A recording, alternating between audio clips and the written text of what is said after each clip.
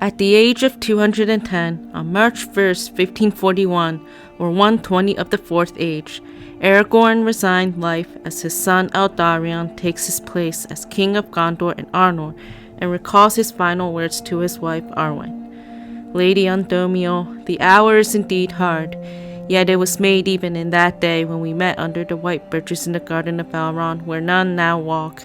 And on the hill of Cerin Amroth, when we forsook both the shadow and the twilight, this doom we accepted.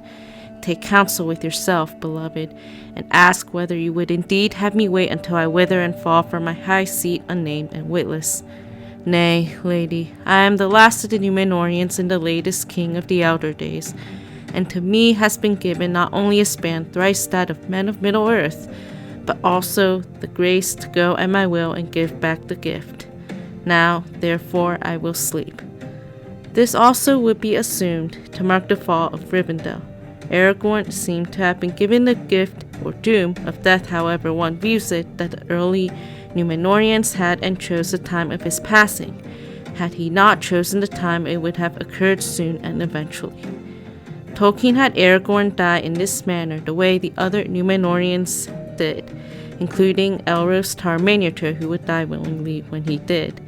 The doom of the elves is to be immortal, to love the beauty of the world, and to bring it full glower with their gifts of delicacy and perfection to last while it lasts, never leaving it even when slain, but returning, and yet, when the followers come, to teach them and make way for them, to fade as the followers grow and absorb the life from which both proceed. The doom, or the gift of men, is mortality, freedom from the circles of the world. Since the point of view of the whole cycle is the elvish, mortality is not explained mythically. It is a mystery of God of which no more is known than that what God has purposed for men is hidden, a grief and an envy to the immortal elves. This grief and envy would occur to some of the preceding Númenóreans who desired immortality, that they would attempt to get there through rebellion. But Tolkien must have written Aragorn that way based on how the earlier Númenóreans lived and experienced life.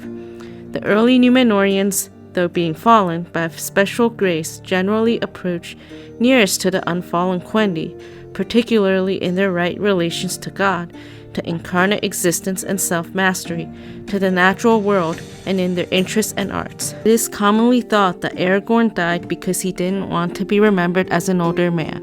While it seems he chose to die before becoming senile, Aragorn will be 210 years, though in the first draft he would be 190 years old when he resigns life, which would make him well within his aging period of life. When Aragorn resigns life at 4A 120, he resigned 24 years of life. He had lived 210 years and was already within his decline. Arwen was reckoned as 203 years at that time, and also in the beginning of her decline. Aragorn resigned on the day of his birth, March 1st, 4A 120. Arwen apparently resigned life and died on Cerin Amroth on March 1st in the following year at Númenórean age 204, mortal equivalent equals 84, so she was now enfelled.